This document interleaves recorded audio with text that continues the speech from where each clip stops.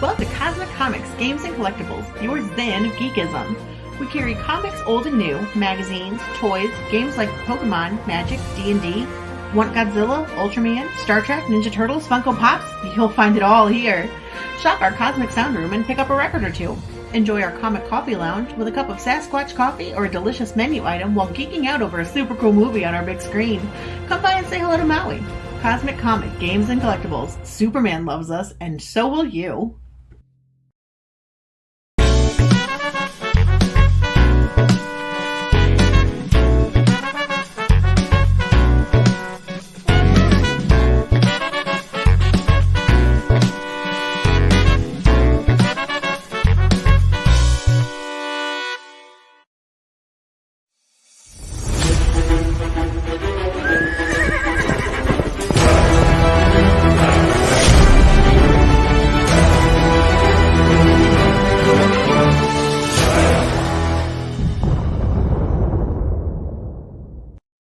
Hey, my name is J.S. Earls, and I'm the creator of Pistolfist. Now, while I had written professionally before this, Pistolfist was the first time I actually had an original miniseries published. I made Pistolfist because it's a melting pot of several things that I love. Sci-fi, steampunk, kind of, sort of, alternate history, and real history. The story at its core is about freedom. In contrasting that, it is also, in some ways, about bondage. This is one of the reasons why I chose a runaway slave as the hero of the story. Now, although he's escaped physical slavery, his heart and his mind are still bound up with this desire to murder the redcoat who murdered his brother at the Boston Massacre. Another main character is Benjamin Franklin, and aside from the obvious technological reasons, I also chose him at a time when he is kind of broken, coming home from England as a failed ambassador, and on the way home from England, his wife passes away. Another major player is Diane, a much more disciplined, more spiritual indigenous warrior who guides Pistolfist on his path. As for your path, that's up to you. For the soft cover tier, we have 7 fun covers for you to choose from repurposed favorites by Joel Robinson, OMG, and Rob Richardson, to the sketch cover by series artist Andre Guinaldo, the watercolor one painted by Stefano Cardacelli, or the connected covers by yours truly. I'd personally go for one by a real artist. And speaking of real artists, the Pistolfist hardcover features a stunning cover by Francesco Tomaselli. Whatever you choose, thank you. I do need you to make this happen. I honestly don't take you pledging your hard-earned money lightly. So thanks again for your support and for sharing this passion project with others. Let's let freedom ring together. And good evening, everybody. I am RJ Carter, Senior Managing Editor here at CriticalBlast.com, Chief Stamp Licker of Critical Blast Logistics. And no, we've already found out, we spent all day yesterday checking. Stamp liquor doesn't exist. We can't distill the paper and the glue down to where it's got a fermented quality that we really want to drink. So I'm going to have to come up with another title because I don't like that one anymore. We are here tonight to talk with J.S. Earls about his crowdfunded campaign, which is part of the NSC Road Tour, which is what we're doing tonight, the NSC Road Show. So Mr. Earls comes to us through the auspices and courtesy of that agency, and we will waste no more time getting him on the show. Mr. Earls, how are you tonight, sir? I am okay. Now, some people are going to think that we actually ran a video previous. Yeah, that's why I put the hat on. I was like, hey. It's like you just shot it before we came on the air here. Yeah. Hopefully it's a little bit better resolution now that we're live, but yep. It looked good in both of them, actually. So Pistolfist, you've described it as a passion project. What drives that passion? What's Pistolfist about, and why did you have to write it? It's for one thing, I am a bit of a history buff. I wouldn't say I'm I know real history buffs, and I would not say I'm an extremist like that. And a lot of history buffs tend to like certain areas of history. I'm interested in a lot of it. Like, I mean, from Roman stuff to American to, I mean, just all over it. There's just so many interesting things that so many people don't know, and unless you really research it, and then even then you have to kind of research both sides of a lot of things and try to get to the truth. But There's a lot of that stuff that I was interested in. I was, especially when the opportunity came, when I had a chance to present a bunch of concepts and ideas that I had for Pistol Fist, and this was around, I think when I was pitching it, it was around 2005, and we got picked up in 2006. But at that time, I had like about 15. Yeah, I had about 15 different projects at different stages. This one was not very far along, but I had three publishers immediately interested. In the beginning, all I said was superhero set during the American Revolution, and we had like three publishers that were interested, and they were like, can you send us a series proposal on Monday? That was on a Friday. So like I kind of went crazy really figuring out and honing exactly what I wanted to do with the story. I had been at that time, I was, my day job was, even though I had actually been writing professionally for about a year before that. Uh, the My day job was as an X-ray lab tech, and a lot of times at night, I would listen to dental X-ray lab tech, and a lot of times at night when I was working on things and making appliances and stuff, I would listen to a lot of books and um, usually novels and stuff, and I listened to some that were kind of like uh, it was actually.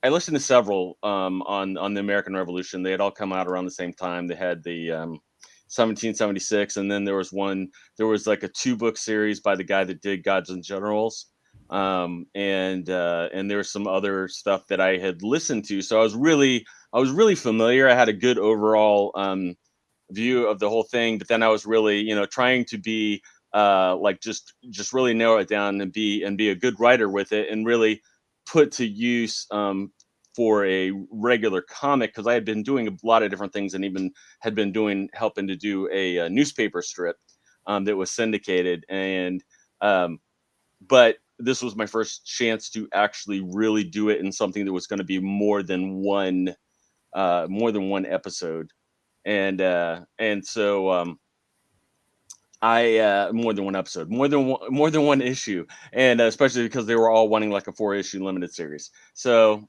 yeah, so I really had to narrow things down, and the more I was doing research and stuff, and the more even back then, I mean, I'm sure there's a lot of people probably remember, and I guess for a long time, there's been a big divide between conservatives and liberals and everything else nowadays, and so I was like, but I don't want to get into too much of that. I actually really made an effort to, even when I was hiring people to work on it, I really tried to get kind of people from all different spectrums. So there's a couple guys like they could care less about politics, period. And then there was a couple of them that were involved. They were like hardcore conservatives, couple that are hardcore liberals. I'm more towards the middle, I would say, because I see both sides. But I do lean a little bit more conservative. But there's a lot of concerns and other things that I understand the other side, and I realized that I was like, I don't want to be preaching one side, and especially the fact of that I knew I wanted it to be not just about one main character, but it was going to be dealing with a lot of characters in that time, and they were all going to have their own separate kind of motivations and what they were dealing with. And I was like, so I can't, like, I hate it when I swear, like most Marvel and DC comics are that way, where everybody has the point of view. Nowadays they do, where they have the same political ideology, the same worldview, like whatever. And I like really didn't want to do that. I wanted to incorporate as many real people as I could, and as well as making some of my own. And I wanted it to feel real and have people who, were atheists, people who believed in God, people, who, were, on the side of the British, even though they were colonists, and then people that were, people from all different sides. And I'm like, so I don't want to just preach, "Oh, okay, this is about, you know, you know, how a republic government is better than this other kind of government or what." And I'm just like, I don't want to make it about that. And so I really tried to boil it down. And I said, I said it will really be good, especially on, like, I think some of the best movies and comics and all kinds of different things, if you can boil them down to like a specific like a main theme or something that's with it. And I was just like, really needs to be the big free thing for all of them was about freedom. And from all the different sides. And bringing into, even to the Native Americans and stuff like that. And I was just like, if we make it about freedom, like, everybody can relate to that.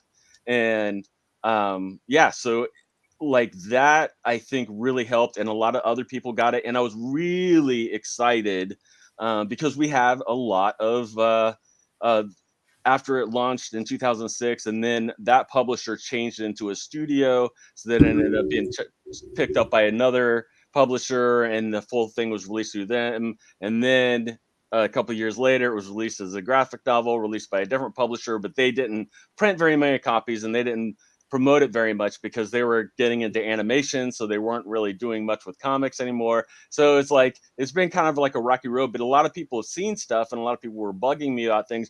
But I will say, the thing that, like, it was really rewarding for me is that a lot of people really understood that it was about freedom and stuff. And we had, like, extremely right wing or extremely left wing people, like, write in and say, "Man, I love it, like, so much, because it's just a really good story about really good characters, and I love that you don't go political with it, and that it's just about freedom."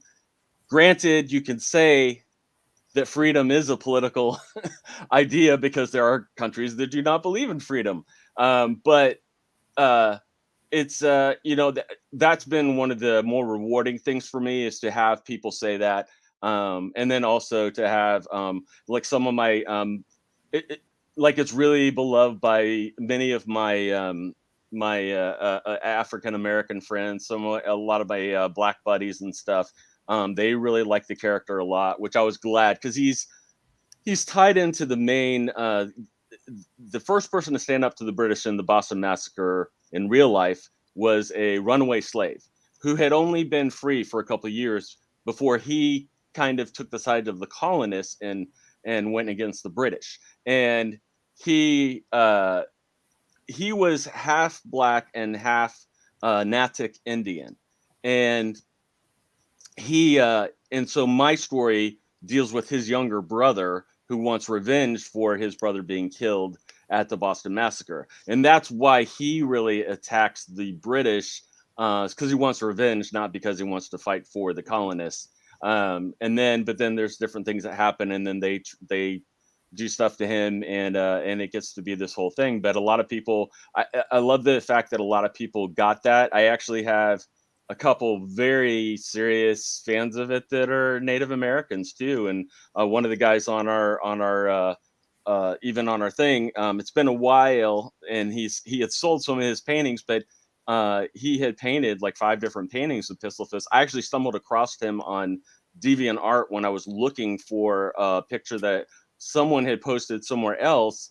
And then when I had searched Pistolfist and it came up on DeviantArt, I was like, I've never seen this, or we didn't have this guy do this. And then sure enough, like, he had, like, done that, and he had painted this really cool picture of this one scene. And I'm like, and so I had reached out to him, and then we kind of became friends over the years. And it was just really cool getting I guess getting the respect and stuff of those people, and just them realizing, even without, I mean, once they got to know me, they realized, like, okay, yeah, he's not trying to piss anybody off, or anything I may have thought that he was doing for the wrong reason. I realized, even if he didn't do it the best, I know his intentions were good. But just the fact of, before they even knew me, most of the people said, and same for the artists and everything else, because people can mistake anything. But they all, just the fact that they all got it, and that it wasn't being done in that way, and it was a very I don't know. I just really tried. The whole thing kind of really came to me as like a movie. So I really tried to tell the whole miniseries that way. And I don't know. I was just really glad that it was received so well. And we did outsell some of the other indie things back then. But that was also when the indie books were going through a terrible time in the early 2000s and stuff. And so you can't take too much of that. But we've had a lot of really passionate fans. And like even from other countries. We had several stores and things in Germany and Vietnam and stuff like that.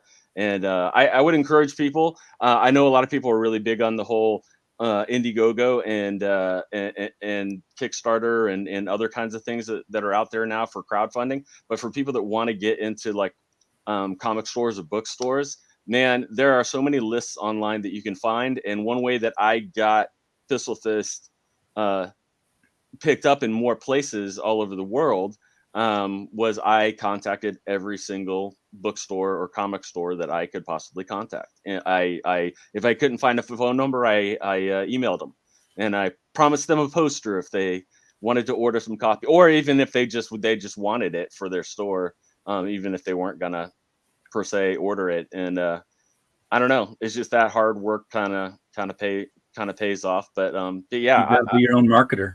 Yeah, in which I mean that's the thing. I mean, and that was 2005, 2006. So obviously I'm very used to it now. When a lot of people don't realize that, and that was really when the whole entertainment industry, especially for authors and for indie comic people and everything, was really changing over to you do have to market your own stuff. You do have to and especially when the market kind of tanked and everything, everybody started betting even more on, well, we want to do safe bets. So we're going to throw millions of dollars into promoting the new Stephen King book. And it's like Stephen King needs more promotion, but it's like, and that's what I had so many friends that were just like, they would badmouth and say, oh, they're why do they sit there? Why does Simon and Schuster and why do these different things like I'll throw all this money? I was like, because it's a safe bet and they need to feed their families. Yes. I was like, I understand it. Like, yes, I wish it wasn't that way because but it's like, why would they throw millions of dollars promoting something I'm doing as opposed to Stephen King or some Dean Koontz or some other James Patterson, some big name, that they're going to bet on. It's going to sell whether they back it or not. Right. And it's like, and it's just, and some of that, especially back then, because that was still when the internet was really starting to get going, was that they're letting people know that it's out there. It's like, yeah, you would think that people don't need to know that the new Stephen King thing is out, but there's a lot of people that don't, and especially casual fans don't know that Stephen King's going to have a new book out.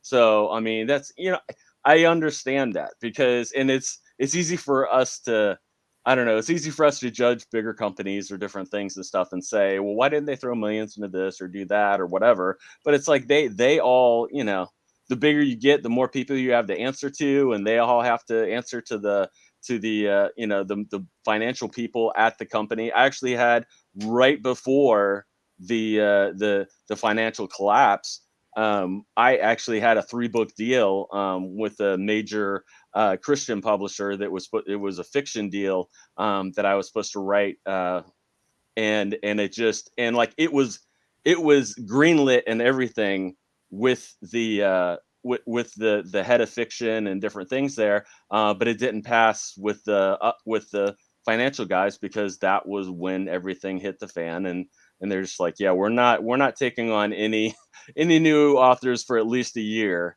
So, and I was like, like that's just it. Like, and crowdfunding wasn't quite a thing then. Oh no, at all. Yeah, not at all. So yeah, you were really trying to get into the direct market. I mean, basically. I find it interesting that that your character is the younger brother of someone who died in the Boston Massacre, and he's seeking revenge.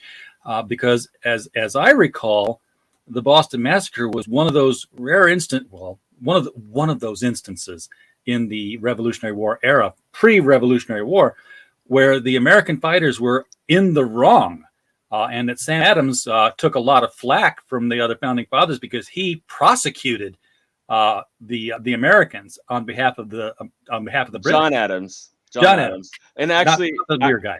I have, yeah, I would disagree that they were in the wrong, because of all of the insightful activities and the way that and you just ask yourself this: why would a runaway slave who literally had escaped less than 2 years before this choose the side of the colonists that had enslaved him and go against the British if there wasn't if the British really, especially in Boston. Boston was like an occupied city, and those people there were so abused, and like every building that didn't have people in it, they had to put soldiers in the and basically the city had to take care of them, these people that they didn't really want there. And some of those people were there were several instances other than that that they just got. There's a lot of different stories about why that happened. There's a lot of people on the colonist side that said it was about some boy that some soldiers were harassing. But my biggest beef, and I'll tell you this because I still can't I still, and I like John Adams a lot, but he was very anti-war and did not want the states to go to war with Britain. And rightfully so. There's lots of bloodshed, lots of people died on both sides. And but he argued that, and I don't know how much you know about the weapons back then, but he argued, but Crispus Attucks was killed by 2 shots from the same flintlock pistol. Flintlock pistols could only fire 1 shot at a time. Yeah, you had to reload them. He argued that it was an accident both times. I'm sorry. No. First one, maybe an accident. To shoot it, then reload it, then shoot the same person again. No, that's not an accident. That was his argument. And he was that one officer, and the whole thing was convicted, but he only got like 2 months, 3 months or something like that for killing someone. But that was John Adams' thing. He wanted to save the colonies from going to war. And it wasn't like he was really pro England. It's just, yeah, he didn't want the war. He knew from all the stuff how bad and terrible war is and how many people would likely be killed. And the fact of that, there's a great chance that the colonists wouldn't win. And I mean, when you look at a lot of stuff, there's a lot of freaky, crazy things that happened in the war that really fell on the colonist side. And if it didn't go that way, there's a really big chance that the colonists wouldn't have won. So I mean, his fears and everything were justified. And even there's a lot of things, and I kind of do it a little bit in the beginning of Pistolfist, because that was one of the things when Ben Franklin was returning from England, because he was trying to save the colonies from going to war too, and he was trying to get the king and stuff to give out some show some sort of leniency, and they just wouldn't, because they're like, no, you're our colonists. It's like, you're gonna do everything we say. You're gonna pay every tax we have.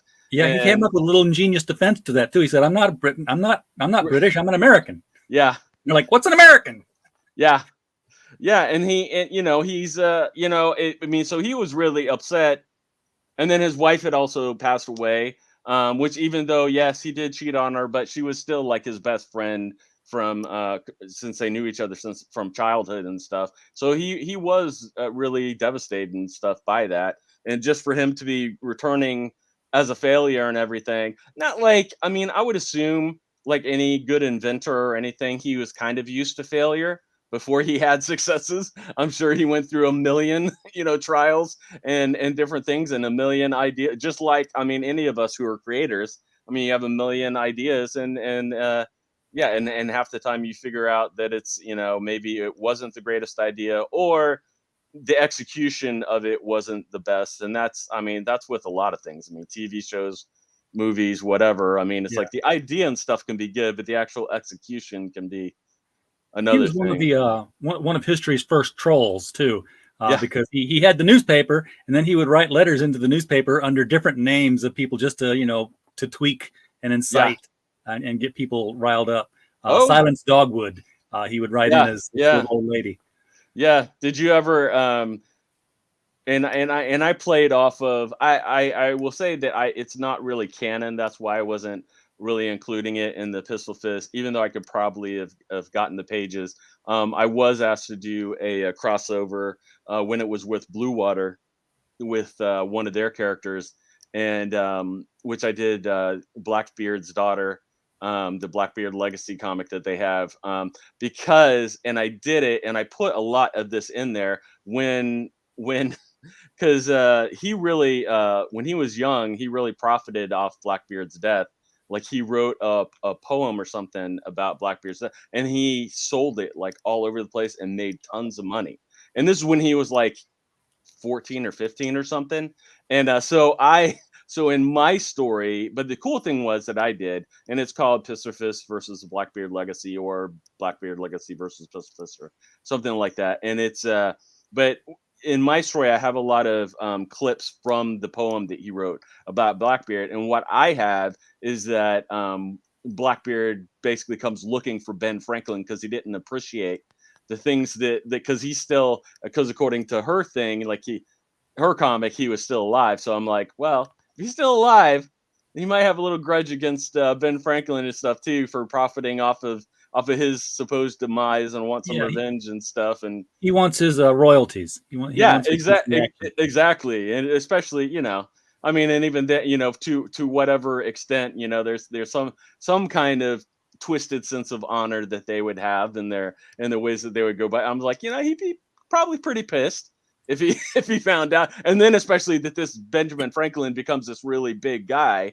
and he's like, I'm gonna put him in his place. And that was kind of part of my my story twist thing that I did. But I've kind of chalked it up to that it was more of like a in my mind, it's more of like a nightmare that Ben Franklin had of his things coming back to haunt him for doing that as a child. It was a dream sequence published as a miniseries. Yeah. And honestly, yep. One crossover that I think would really work well with this, although you could never get it done, because I don't know who owns it now, because it's one of those public domain things that Disney finally did something with. The Scarecrow of Romney Marsh, which was another Revolutionary War hero, and he was, he put on the mask of the Scarecrow and rode off, and I'll have to write this down. Was a saboteur. Yeah. Scarecrow of Rodney Marsh, was it? Romney, Romney, and he was a he was a vicar. Nice. So he was, he was a man of God, but he would, go out and burn British supply lines and stuff. Right. Yeah. No, and honestly, and I say this because we're looking at, because I've had so many writers and stuff over the years that they'd love to write an episode or write something else. Was that we've been talking about doing more of a longer road, covering more parts of the Revolution and connecting it to more events and stuff, and having it go on, and having some of the other writers and people that I know we're basically going to do like an anthology, and kind of like chronological, like going in order, but let people kind of tell their own spins. Well, there's a lot of history there. One of my favorite series on the whole thing is Liberty Kids, which I think was 85 episodes. Yep. And I think it was fairly straightforward. I think the only part where you really have to suspend disbelief is that it covers 85 years of history, and they're a teenager the entire time, the whole way through it. Right. Yeah. There's certain things like that, and and just even that, because of the dates and different things. Yeah, it was like 3 or 4 years later when they were meeting these up. Kids are not growing up. What's wrong? It's like they're not. It's like, are they in a comic book or something? Yeah, but it was interesting though, because they did have all different perspectives. The kid was like, he was jingoistic. He was like, my country right or wrong, until he sees, a British man get tarred and feathered, for the wrong reasons. And then the girl, she was all, supporting the Tories, and it's like, no, why are you rabble, rising up against our king, until she, would witness things. Were like, oh, we're really being, the bad guys here. Right. Right. Yeah. Oh, yeah. I mean, and there's a lot of, when you start looking at both sides, there's a lot of, and honestly, that's and one of the biggest reasons why I've kind of wanted to do stuff and tell more. The original plan was actually to turn Pistolfist into a regular series, but then because of the way different indie publishers kept going under and stuff, that didn't really work out so well. But I had a lot of people, and especially a lot of writers, a lot of artists too. Although when a lot of artists get into actually drawing this stuff, it's the backgrounds and things like that kill them, because they're not as familiar with colonial architecture and all of those different things. But they like historical stuff, and they find it fascinating, and a lot of them are big fans of different stuff. But so many different writers have said stuff to me, and I'm actually friends with the guys. I don't know if you're familiar with these. I'll say they're both awesome too. And it's funny because all our books came out around the same time, 2005, 2006.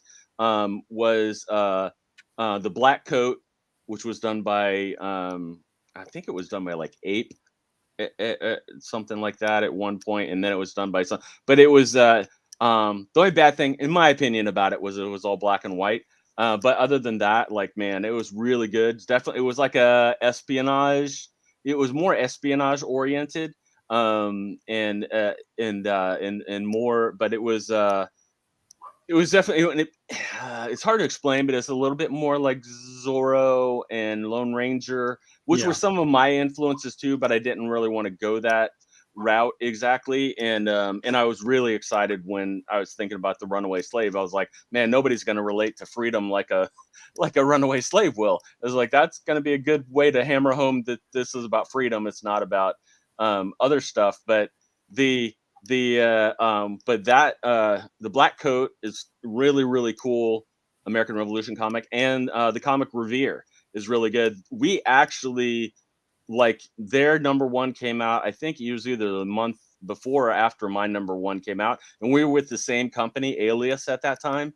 And man, I loved like their art and stuff. But that one, and I thought the twist was great, because with Revere being a silversmith and everything, but their twist was more of a horror thing.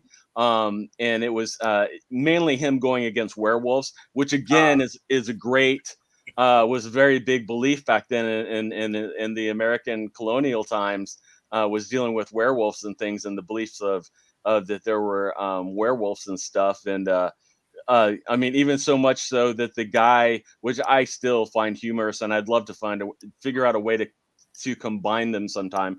But the guy who wrote Onward Christian Soldiers, the hymn, also wrote the Book of Werewolves. And it was supposedly, he traveled around supposedly interviewing all these people and stuff about all of these reports of seeing werewolves and different things. And so, like, it's like this journal of all these different things of him, like, exploring and hearing all these witnesses, like, their accounts. So it's actually kind of boring unless you actually showed visuals of what they were saying they saw. It's actually not that exciting of a book to have, but I do still have it because I thought that was fascinating. It sounds like a fun read, actually. It sounds like it's something you'd put on the shelf next to the Fortean Times. Yeah, it's really interesting, and the chapters aren't really long. I mean, but it's it's really interesting. So that's why it's funny, because I had come across that right before I had found out about Revere, and then they were. And we said that, and so actually at one point, although we could never get, it's funny, the three or four, I think the artist helped create the Black Coat too, but the 3 or 4 of us, of the creators of these 3 different properties, we were like, we need to do a crossover. It's like we need to make it happen, because like we're all set in the American Revolution. I'm sure that there's something that we could connect with, especially some big event, come up with some big thing, cross over all our stuff, tie in the werewolves and the espionage and all this. It's like, man, it would be fantastic.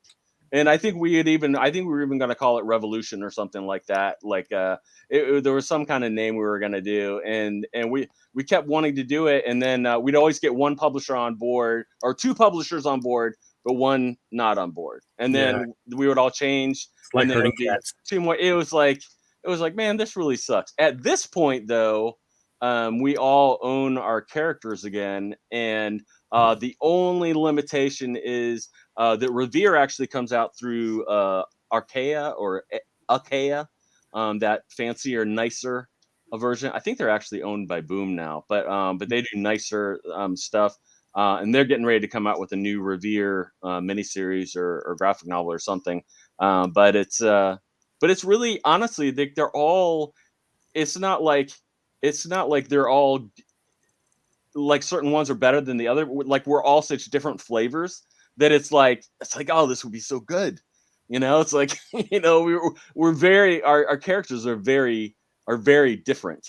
We would I just it's something that we would love to do, and we'd even talked at one point. We're like, okay, well, they won't let us do a comic. Well, let's make a role playing game together, and we'll put our characters in the role playing game, or we'll do like something else, and because we've like talked about it, and now who knows? Like I really want to hit the guys up again, because I am supposed to be doing.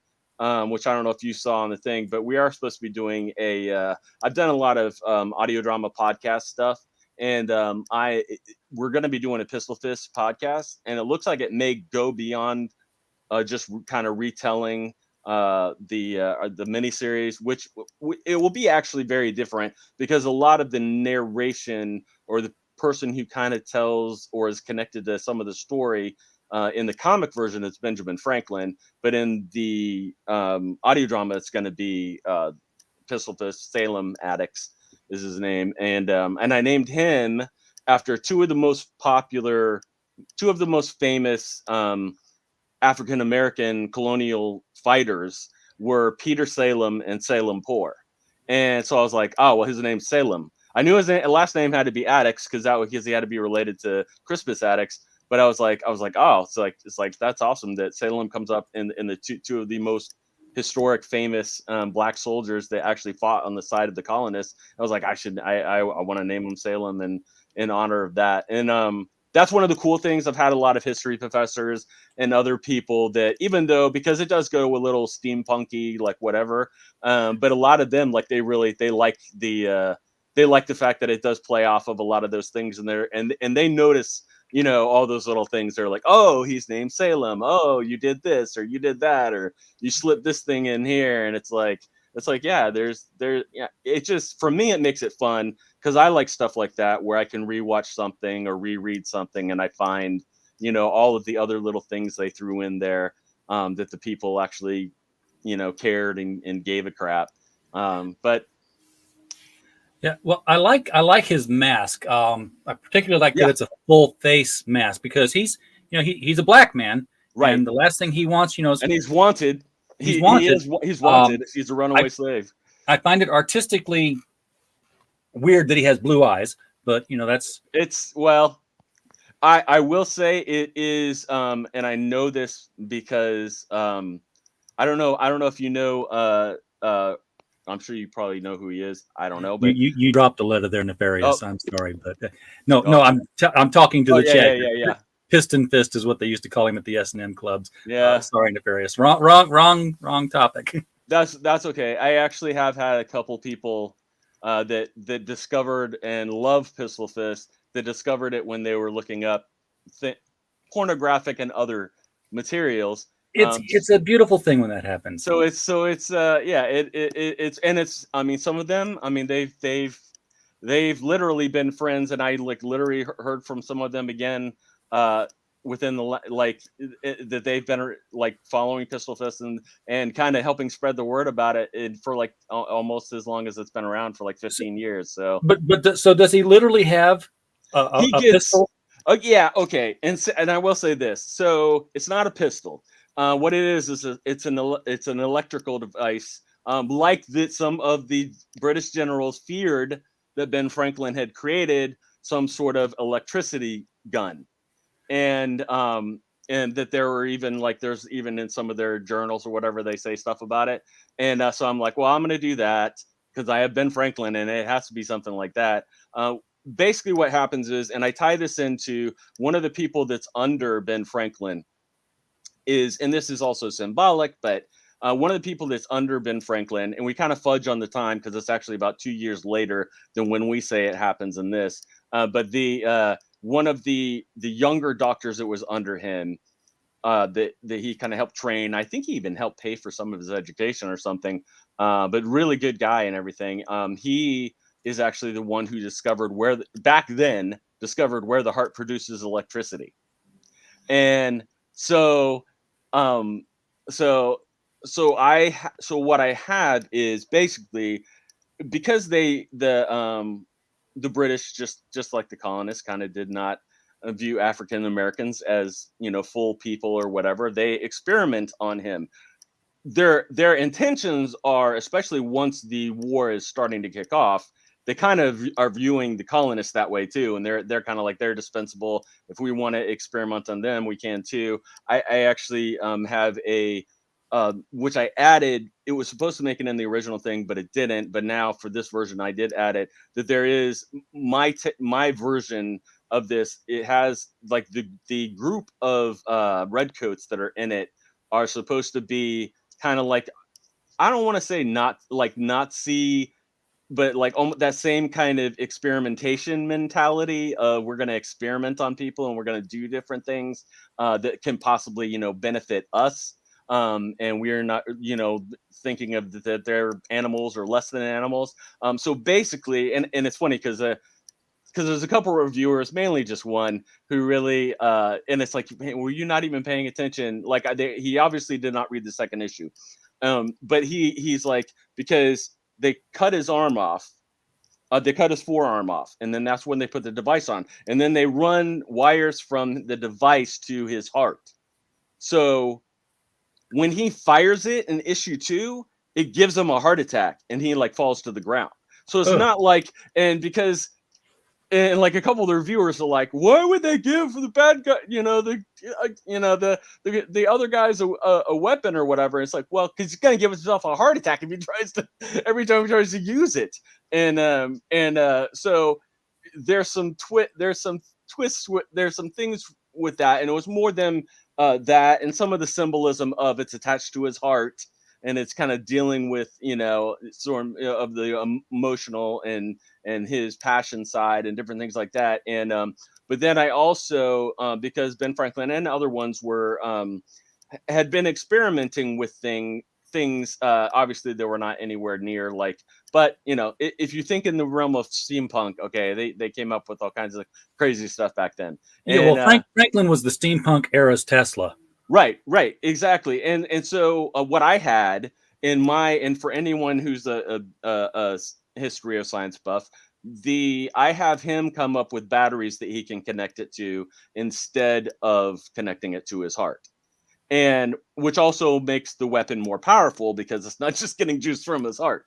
And but I based those on the Baghdad battery, which is what we think is the first battery-ish thing that we've found, historically speaking. Who knows? With the way history goes, I'll probably find something else next week that's even older. But as far as we knew at that time, like that was like one of the oldest versions. So actually, the versions of the in the comic, at least, I let different artists, when they draw stuff, kind of take their own artistic liberty, because I like that. I'm not so anal about that. Like because I think of like Batman and Spider-Man and stuff. I love it when I see different artists draw the same character in a different way and put their own spin on it and do, whatever. And so but in the original comic, which is beautifully illustrated, they're they're like miniature versions of the Baghdad battery, pretty much. And I Yeah. love this mask. What I really love about it isn't even so much the design, even though it's a cool design, Right. but the fact that you can see where the stitching is on it, because it's it's patchwork. Yeah, and honestly, that was the thing that the like I had narrowed it down. Like I had done the design. The artist was kind of helping a little bit with that, but he was just more kind of like whatever I was coming up with. He was playing with it and seeing from different angles. But it didn't take off until like I had the lines and stuff, and then I was like, you know what it needs? It needs some Tim Burton. It needs some stitches. I was like, it needs a little bit, because there are some supernaturally kind of elements to it too. Like he sees the ghost of his brother that talks to him and stuff. And I'm like, it ain't stitches. And I Yeah. drew stitches on it, and I'm like, oh, that's it. And the artist said the same thing. He's like, oh yeah, that's just perfect. And if you look real close, since we talked about the 2 shots that killed his brother worked on the docks, and he helped do stuff with ships and things. So what I have is that his brother had a flag in his hand, and it was a ship's flag with just like a red flag with a white star or something on it. And it was just like a plain regular ship's flag, and that's what he gets shot through when he's shot. He has that in his hands, and the 2 eye holes are the bullet holes. That's why they're all rough, which also obviously symbolically connects to the fact that he wants revenge for his brother being killed. So he's seeing that's the way he is seeing the world kind of at that time. But what I was going to say before I forget is Kevin Grevio, the co-creator of the Underworld film franchise, is the one who's and he also played Reyes in the Underworld movie. He's the one that is going to be doing the voice of Pistolfist. And anybody that's heard his voice is like, he has the deepest voice in the world. But he actually has a genetics degree, and he said it's absolutely possible, especially because he's mixed, that he could possibly have blue eyes. Okay. Well, it definitely makes him stand out. But and it was like, and that was kind of the point. It's like that he's, he is kind of a freak. He's it's just something else to kind of stand out. And obviously, yeah, I wanted to try to tie in the red, white, and blue, but I just thought it was interesting. Yeah, I actually, right before we went, I like literally in the last couple hours, I just added some things to the list. I was looking down the list because I wanted to see if there was sometimes campaigns have a, create a character tier, and Robert Roberts was asking how much would a character insert in Pistolfist set me back? Maybe a Hanoverian soldier who escapes New York to Upper Canada with his wife and Tory father-in-law to a new farm on Georgian Bay. That's rather specific, but right. Well, I mean, honestly, okay, so here's the deal. The book is done, but there are some crowd scenes. And I do have an artist friend who is, even though, okay, the guy who drew this has gone on, he's like way too expensive now. Nice guy, way too expensive, because he's kind of hit it big with Marvel and DC. And for the last few years, he's been drawing, he did a lot of the more popular episodes of Justice League Dark and a few other things. But he also, for the last couple of years, he's been drawing the Blade Runner comic, the Blade Runner 2020 and Blade Runner 2021. And he's phenomenal. And they've been paying him well to keep him there. And rather than going back to Marvel or DC, and I'm sure he's probably more happy than dealing with all the oversight and everything else that goes on at a huge company like Marvel or DC. But yeah, so he's loving that. Plus, honestly, I knew before he ever got the Blade Runner thing, way back then, I knew he was a Blade Runner fan because we had talked about Blade Runner and some other things before. And it's like, I'm like, he's not gonna, they're gonna have to pry his fingers off of it. And I know the writers, like, they don't want him to go anywhere. So yeah, but I recently did this. I recently added stretch goals because we have been talking about them. Like, I just need to put them up. Yeah, and they haven't hit any of them yet. But I'm looking at this sticker. No, we're almost. This is Jack Kirby does Pistol Fist. Like, right.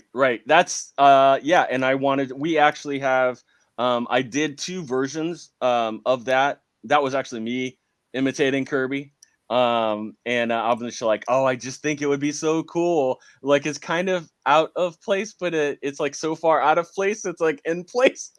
And he did like back, anybody that has seen some of his old Captain America stuff, he did a colonial Captain America that was kind of like a what if thing, and he's done some other things where he drew some of that stuff.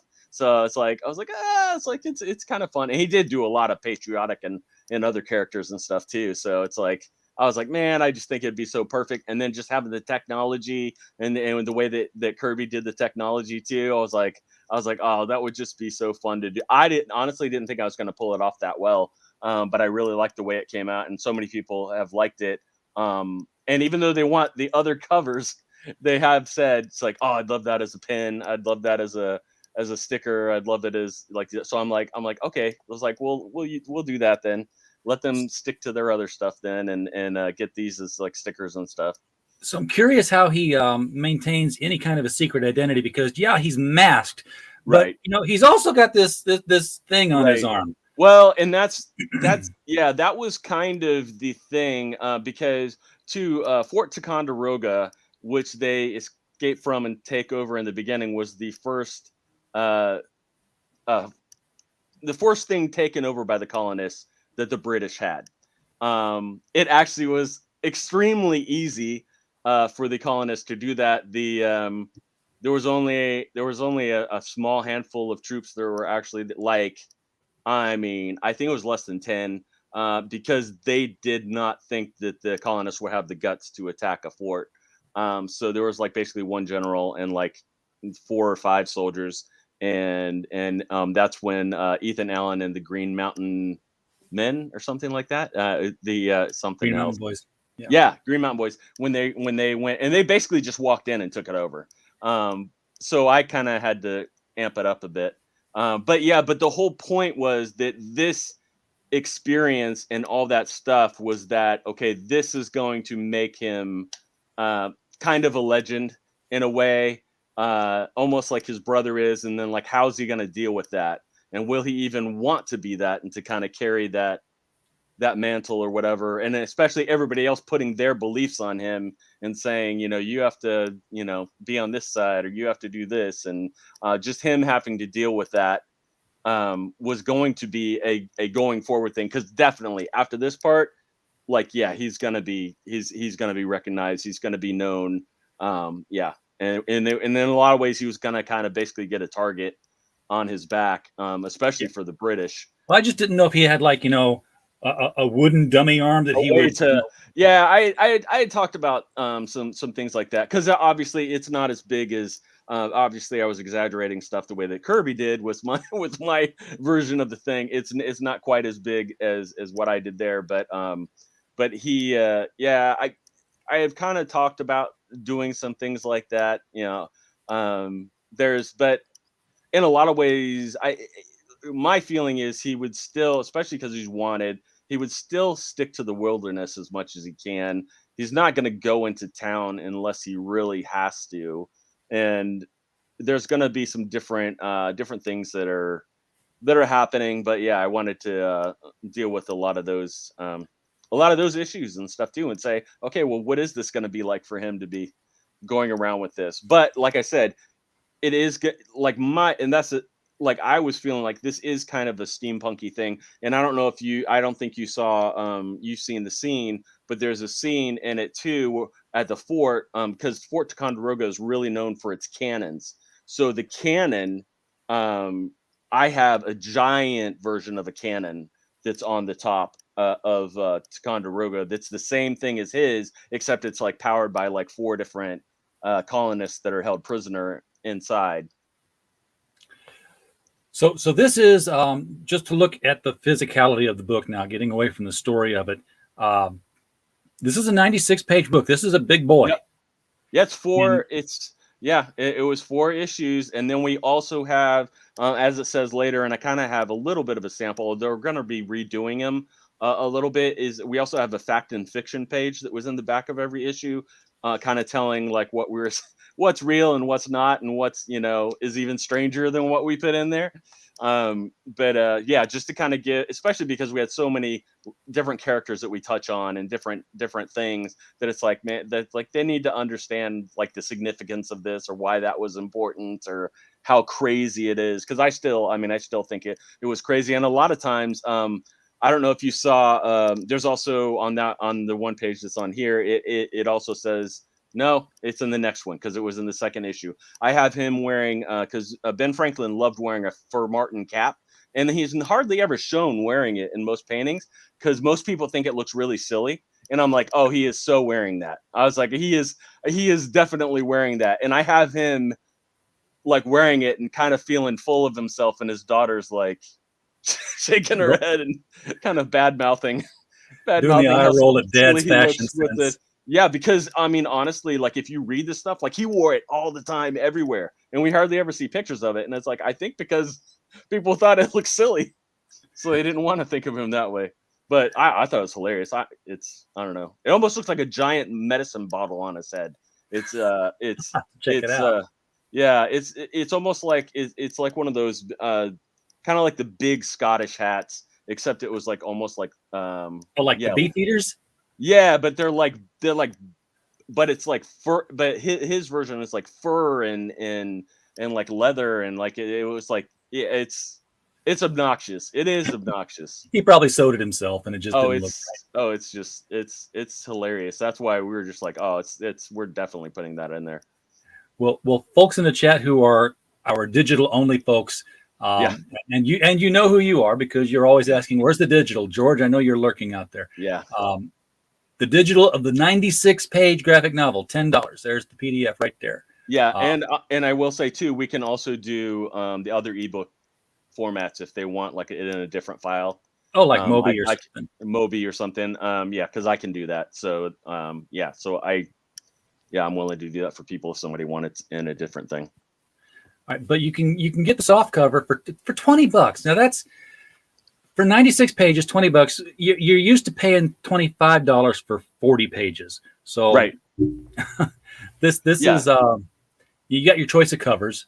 Yeah. We have 7 actually soft cover choices. Oh my gosh. And they're all I think they're all really good. Well, We have had a lot of compliments on them. And that's the one that I did that had a lot of people freaking out over. I honestly I just did it to do the weathered version, but I'm like, man, it just looks so good when it's bright too. I was like, oh, I think I want to put both versions on there and just let the mint version. people Yeah. choose them. Yeah. Mint retro.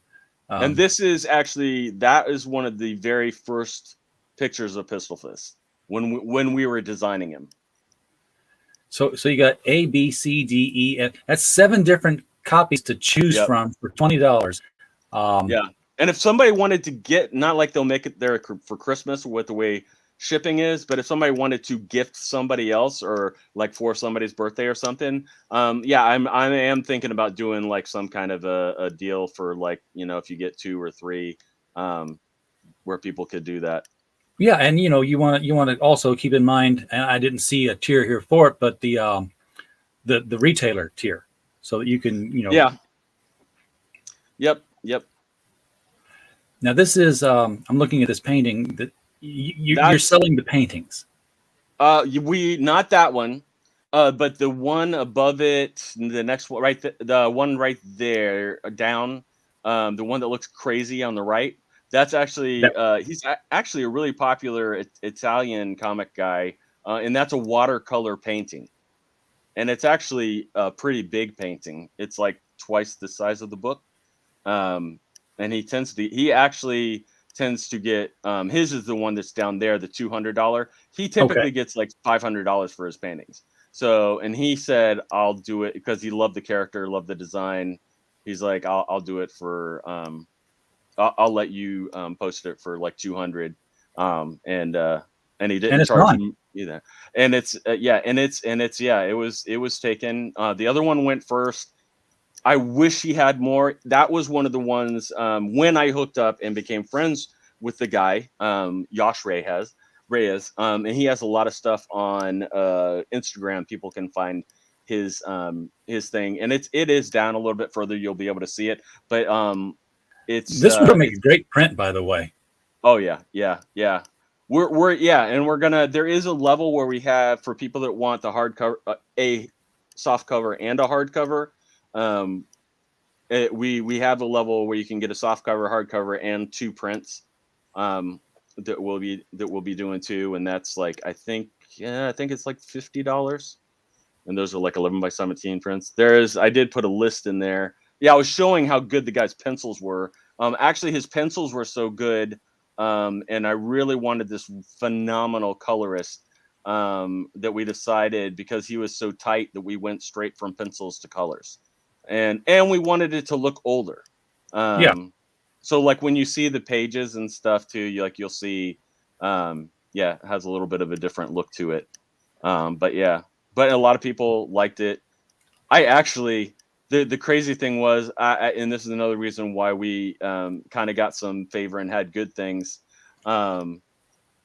Yes, you could have, I think it was like 4 different digital that I could put them in. But just remind me. I'll do that for you because I can do, I That's think, excellent. 4 or 5. And that puts you to 30 backers, and also brings us to what we call our shake and bake moment, JS. Which is when we have the bake, and I help. So we helped get this thing back. Thank you, Robert. Appreciate it. The painting is down there somewhere. The one by Yash Reyes, and it's I love his. Yeah, you can see the art. I mean, come on, that's like, and I love the way that he does Ben Franklin. It looks slightly different from the way that most people draw him. That was one of the reasons why I chose him. But the coloring, and I don't know if there's anybody who's like, whoever played Neverwinter Nights, but the guy who like did most of the main artwork in that, especially the backgrounds and things, is the guy who did the coloring on most of the Pistolfist comic. And that's you got a nice overhead shot of Fort Ticonderoga here. Yeah. Yep. You look at it and it's like they just started building the Pentagon and hadn't quite got right. Yeah. It's amazing how many of those things look like that.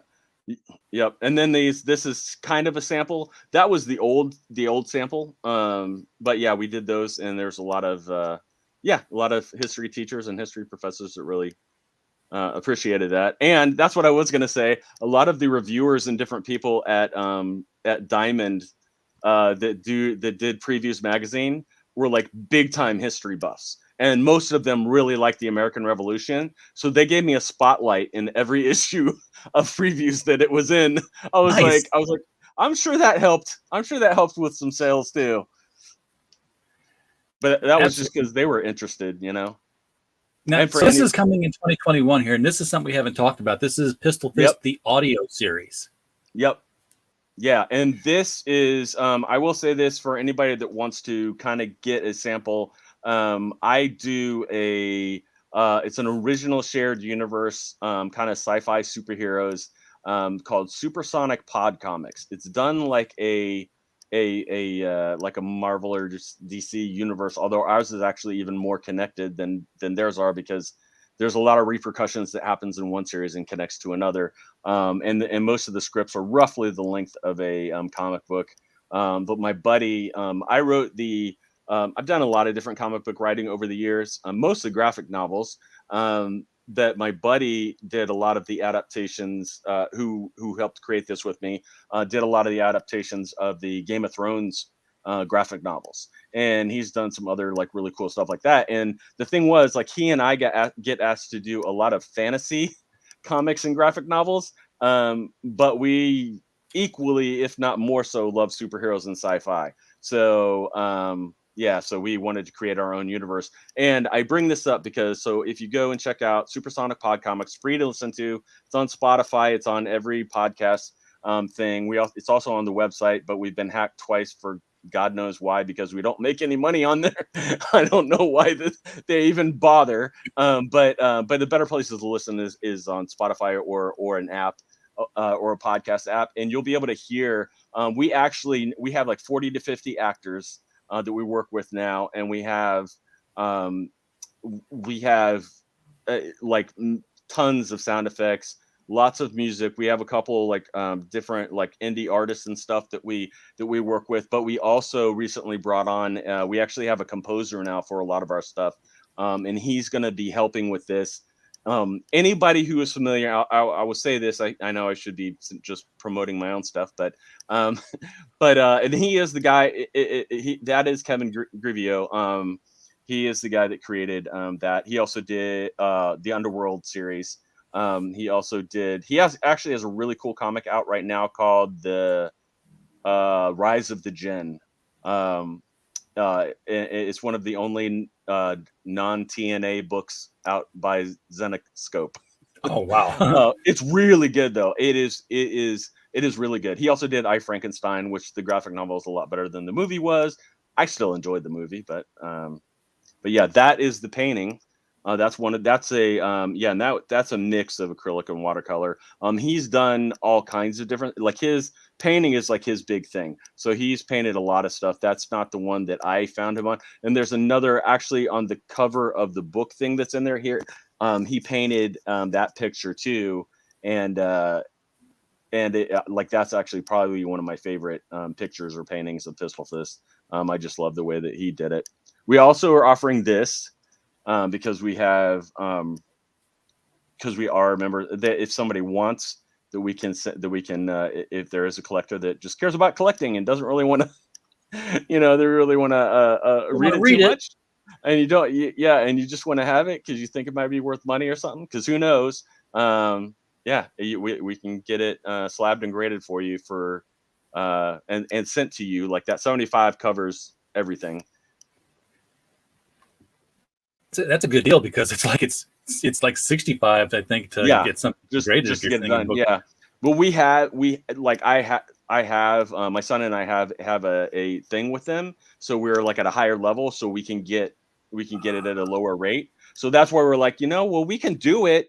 Let's pass it on to the people who'd like it. Is like it would be, because there's some people that do, like that's what they're into, or they just collect books for the covers.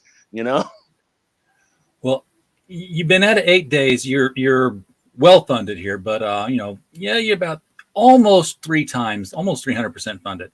Yep. But still a lot of time left to build this thing up. Because let's be honest, $1,300 is not going to pay for the printing.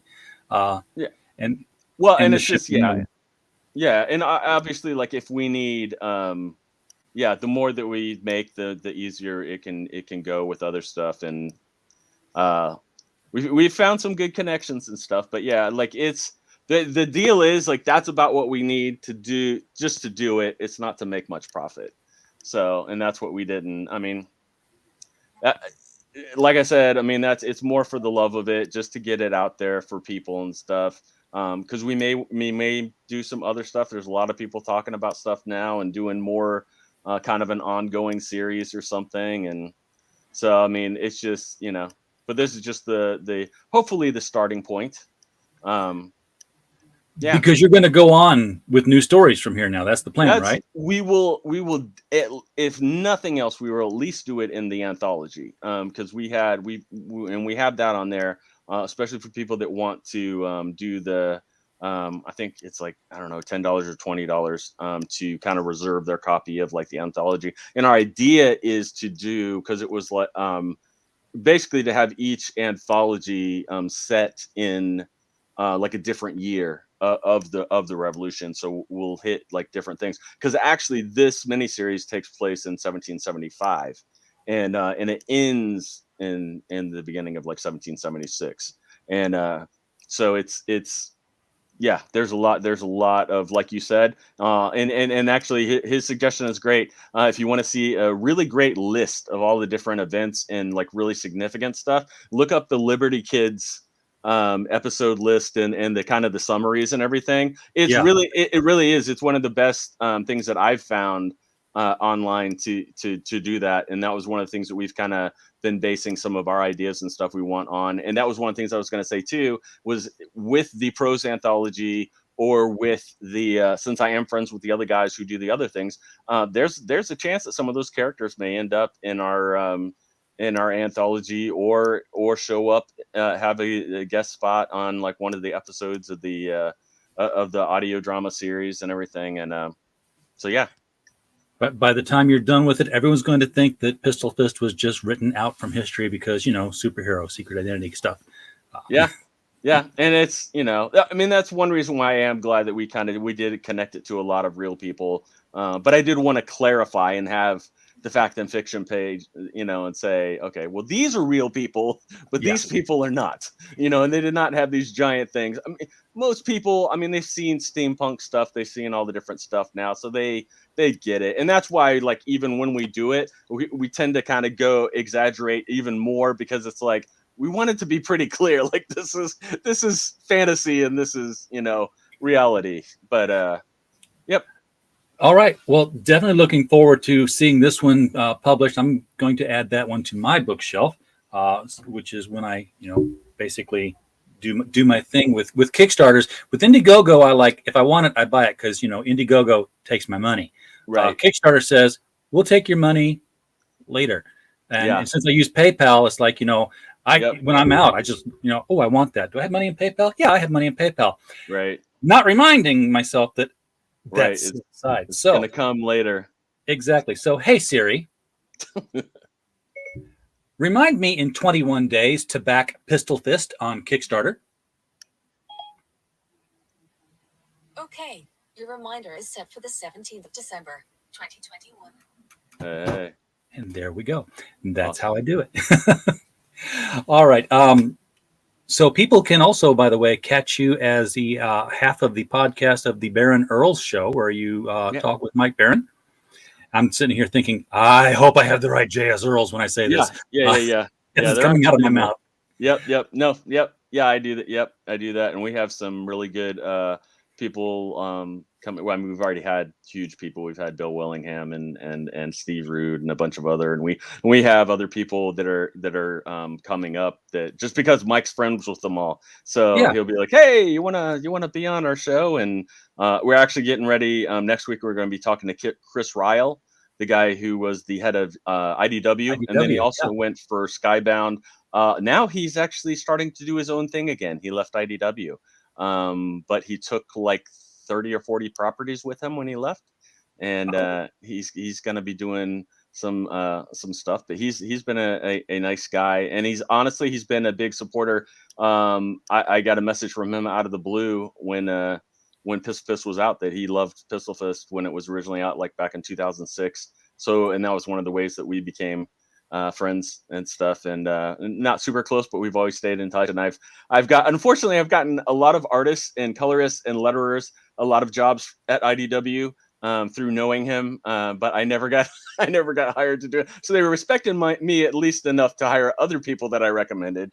Prophet not without honor in his own country here. Right, exactly. So I mean, honestly, that's, I don't know. Like, to me, there's so many, especially because I've been a pro for a while, and obviously there's people who've been pros longer, and I've just seen so many selfish, self-centered ones and everything, and I just, like, it's, it does get annoying when you can't. But at the same time too, I know how it is too, like when people are asking you for stuff and you're like, I wish I could, but like, man, I don't know, like, we don't really need that, or like, whatever. So I mean, I understand the other side too, but yeah, but we have him coming up. We're actually talking, probably going to be talking to Jim Lee and some other, like, pretty big. We have people will really enjoy it, I tell you. And we're getting ready to release the audio version very soon. Honestly, I've just been so slammed with so many different things.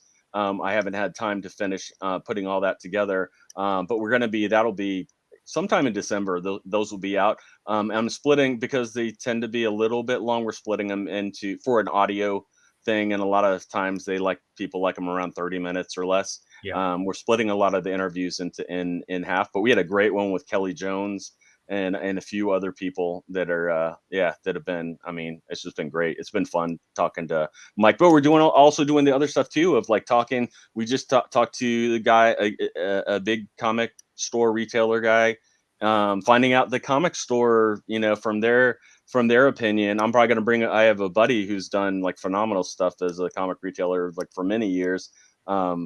And to be able to kind of get stuff from their point of view and what they think, and how to get your indie comics into some of those places, and you get some of those fans to see, because it really is, everything's so divided now that, I mean, there's even you're one of there are so many people who only do Kickstarter or Indiegogo. Like, they do not do both. They're either really comfortable with one or the other, and that's it. And it's the same thing with the digital, like Comixology. Like most of the people who read on Comixology don't read a lot of other places. And then you have the direct market people, and then you have, so it's like it's almost like a different it's almost like a different market. I mean, I always tell people, like, why limit yourself if you don't have, if you I don't can't have afford to be picky. I need all the guests I can get. Yeah. So. Yeah. So I mean, it's yeah, I mean, there's a lot of opportunity there for people to go out and do stuff. It drives you crazy because there's so much and it makes your head spin, but Yes, it does. It's hard but to keep track of it all. makes me go as bald as you. Yeah, man, I tell you what, I'm growing it out. Yeah. You can't tell it on camera here, but and that, yeah, not when you have a bright light shining down on it. That's always it looks bad. Even when I still had hair, when there was a light on it, it disappeared. It was like, when did I go bald? I'd be like combing it, and I was like, it looks fine in the mirror, but the camera doesn't lie, they say. So I will have to say too, I really like Critical Blast. I haven't seen a lot you. of it, but when I did, when you had contacted me and stuff, I did start checking it out, and I'm like, wow, they cover a lot of stuff. It's like it's like they really cover a lot, and like people that are interested in like all these different things, or it's like, man, it's definitely a good place to go to. Our interviews are almost 95% comics, but every once in a while we'll get the movie cast and crew interview on here, and every couple of months we have the UFO book folks on here to talk about the latest. So it's like, I'm open to everything, but comics is like, there's so many of them. Crowdfunding has just caused this explosion of independent creators, and they all want to talk. So I'm like, oh yeah, bring it, we'll do it. We started out as a website to just review everything entertainment. We had the YouTube channel just because, lock down all your socials when you brand a website. It's just a smart thing to do. Yep. But for 2.5 years now, we've been doing this almost every night. We got into publishing. So we have Critical Blast Publishing as a venture, and we've done a couple of books. We've done Gods and Services, which was an anthology of little pop-up shop where you go in. It wasn't there yesterday. It looks interesting. You come back the next day and it's gone. That kind of thing. You bought an item and it came with a god, and the god's now going to make your life better whether you want it to or not because you gave an offering. Right. We published the hardcover and softcover versions of Bulletproof, which is a young adult superhero novel. We're looking forward to getting the second edition of that coming up soon here, the second part. We did The Devil You Know as our last anthology, which was 20 short stories of people encountering the devil, and what came of that. We had humor, science fiction, horror, fantasy. It was a great mix. Such a good mix that we're doing it again with The Devil You Know Better. And one of the stories we have into this one is by some guy you might know named Mike Barron. So he's going to be featured in that. He and Hart D. Fisher are both going to have stories in it, and we're going to do a crowdfunded version of a special edition. We're doing the book regardless, but we're basically going to just say, hey, we're going to try and offset some costs here. So it'll be one of those what do they call it?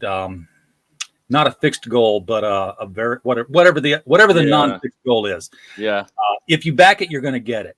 And it's going to be a copy of the book with a signed book plate from both of them in it, and possibly a bookmark. So you'll get a signed copy of the book at a little higher rate, just to help us pay all the writers. Because guess what, we got to pay the writers.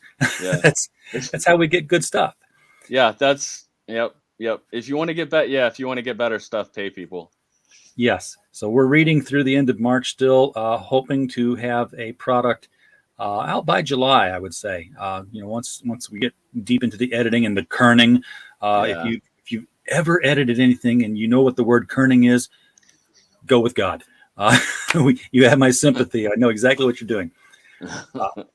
Because you can tell a lot of the self-published stuff that comes out, they don't know what kerning is. Yeah, they don't. Yeah. It's like, oh, this is Times New Roman left justified, isn't it? Yeah, or full justified, which is worse. Yeah, exactly. It's like no, you justify some things and you don't justify everything. You center things or you get creative with one side or the other, but I saw somebody do it with word balloons, and they had a hyphenated word. It was one of these words that had 2 hyphens in it naturally. Okay. Yeah, just naturally 2 hyphens, but it hit the end of the word balloon, so they hyphenated this double hyphenated word, so it had 3 hyphens in it. Like, you could have just cut it at one of the original hyphens and gone across, but no. Yeah, that's painful. That's a topic for another show. That's an Eric Weathers interview. We can talk about comic book lettering. Yeah. But anyway, JS, thank you so much for bringing Pistolfist onto the show with us tonight. It's been very educational and very entertaining. So we'll look forward to that, folks in the chat. We appreciate you having been here. If you're watching the replay, the link to Pistolfist on Kickstarter is right down there. Just click on it, get over to Kickstarter, get yourself a copy of this one. It's done. The book is finished. So, yeah. So and that's one of the things too. That's one of the reasons why I wanted to set a low goal, was people know it's done. It's going to get sent to you, because that's one of the number one complaints I've been hearing is like stuff never gets finished or it never gets sent. And it's like, I want to assure people it's like, this is done. You will get it. Yeah. All right. And with that, everybody, thank you for coming out tonight. We don't have a show without you. And as always, we just hope you had a blast. Good night.